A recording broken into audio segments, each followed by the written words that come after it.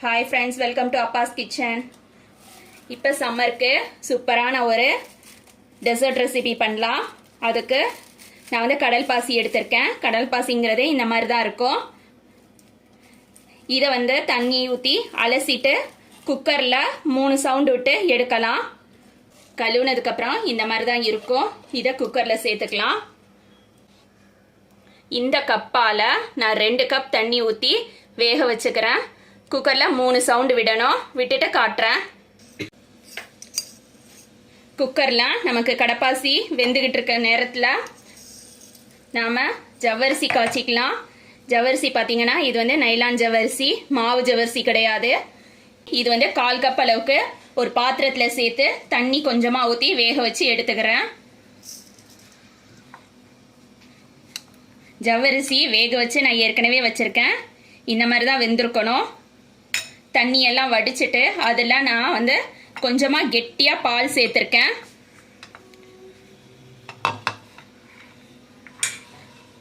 இது 1/2 லிட்டர் பாலை சுண்டை காய்ச்சி வச்சிருக்கேன். இது பிஸ்தா சிரப் ரெடி பண்ணியிருக்கேன். இப்போ இந்த சிரப்பை வந்து இதில் கொஞ்சமாக சேர்த்துக்கலாம்.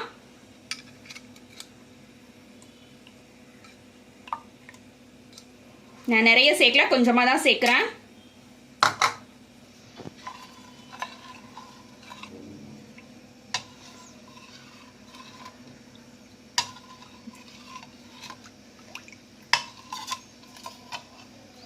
பால் நான் வந்து சுண்டை காய்ச்சினதில் சீனி எதுவும் சேர்க்கலை. நம்ம ஆட் பண்ண போகிற இந்த சிரப்லேருந்து வர்ற சீனி தான் அதுக்கு டேஸ்ட்டு.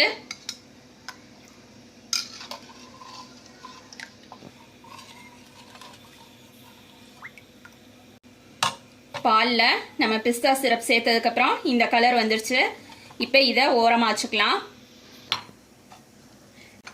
கடப்பாசி வெந்துட்டு இருக்க நேரத்தில் நாம் வந்து சப்ஜா சீட்ஸு ஊற வச்சுக்கலாம். இந்த மாதிரி நான் வந்து ஒரு பாத்திரத்தில் போட்டு தண்ணி ஊற்றி ஊற வச்சுருக்கேன். இது வந்து 10 நிமிஷத்தில் ஊறிடும். கடப்பாசி பாருங்கள், இருக்கிற இடமே தெரியாத அளவுக்கு நல்லா வெந்துருச்சு. இப்போ இதில் நாம் வந்து சீனி சேர்த்துக்கலாம். 1/2 கப் அளவுக்கு சீனி சேர்த்துக்கிறேன். சப்போஸ் இனிப்பு பத்தாத மாதிரி இருந்ததுன்னா இன்னும் ஒரு 1/4 கப் சேர்த்துக்கலாம்.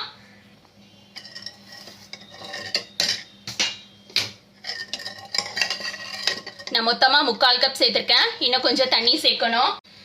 ஏற்கனவே நாம் வந்து தண்ணி 2 கப் ஊற்றிருந்தோம். இப்போ இன்னும் ஒரு கப் ஊற்றுறேன். டோட்டலாக 3 கப்பு. இது கொதி வரட்டும். இதில் வாசனைக்காக ஏலக்காய் போடுறாங்க, ஏலக்காய் தட்டி போடலாம். அப்படி இல்லைன்னா ஏதாவது ஒரு எசன்ஸ் சேர்த்துக்கலாம். நான் 2 ஏலக்காய் தட்டி போடுறேன். இது சீனி நல்லா கரைஞ்சு ஒரு கொதி வரணும். சீனி நல்லா கரைஞ்சிட்டு கொதி வர ஆரம்பிச்சிருச்சு பாருங்க. இந்த ஸ்டேஜில் அடுப்பை ஆஃப் பண்ணிவிட்டு நாம் ஒரு பிளேட்டில் மாற்றிக்கலாம். பிளேட்டில் ஊற்றும் போது வடி வச்சு வடிச்சிருங்க. அப்போ தான் இந்த ஏலக்காயெலாம் மேலே தங்கிடும். பிளேட்டில் ஊற்றும் போதே கொஞ்சமாக நான் கலர் சேர்த்துருக்கேன். கலர் சேர்த்துட்டு ஊற்றி வச்சு செட் ஆகிடுச்சு பாருங்கள்.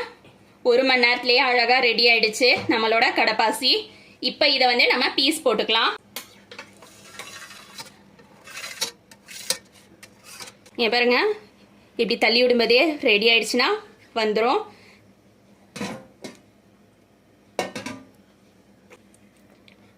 நாம் ரெடி பண்ணியிருக்கிற இந்த கடப்பாசியை சின்ன சின்ன பீஸாக கட் பண்ணிக்கலாம்.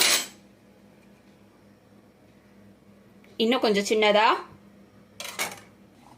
இப்போ நாம் ரெடி பண்ணி வச்சுருக்க எல்லாத்தையும் அசம்பிள் பண்ணிக்கலாம்.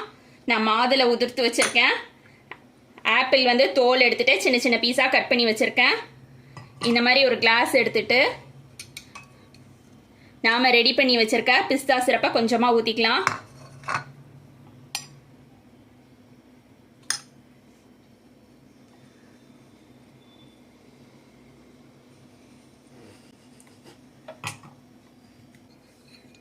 ரெடி பண்ணி வச்சிருக்க சப்ஜா சீட்ஸ் ஆட் பண்ணிக்கலாம்.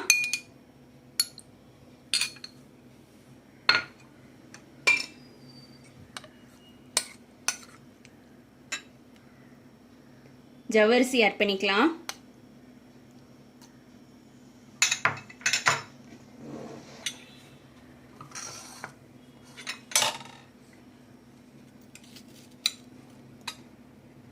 ஆப்பிள் ஆட் பண்ணிக்கலாம். ஆப்பிள்லாம் நம்ம இஷ்டம், எவ்வளோ வேணாலும் போட்டுக்கலாம்.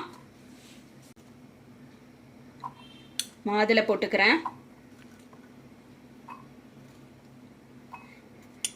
நீங்கள் வேற எந்த பழம் வேணாலும் ஆட் பண்ணிக்கலாம், இதுதான் ஆட் பண்ணணும்னு அவசியம் இல்லை. ரெடி பண்ணி வச்சிருக்க பால் ஆட் பண்ணிக்கலாம்.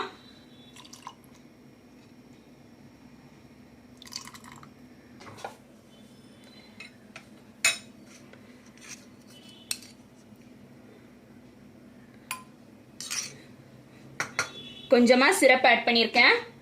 இப்போ நம்ம ரெடி பண்ணி வச்சிருக்க கடற்பாசியை ஆட் பண்ணிக்கலாம்.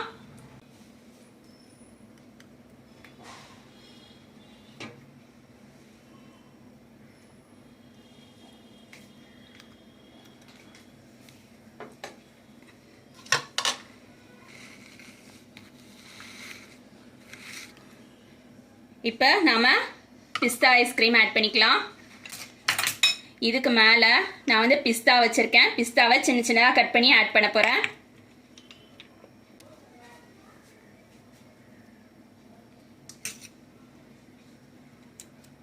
நாம் ரெடி பண்ணி வச்சுருக்க பிஸ்தா சிரப்பை மேலே ஊற்றிக்கலாம் கொஞ்சமாக.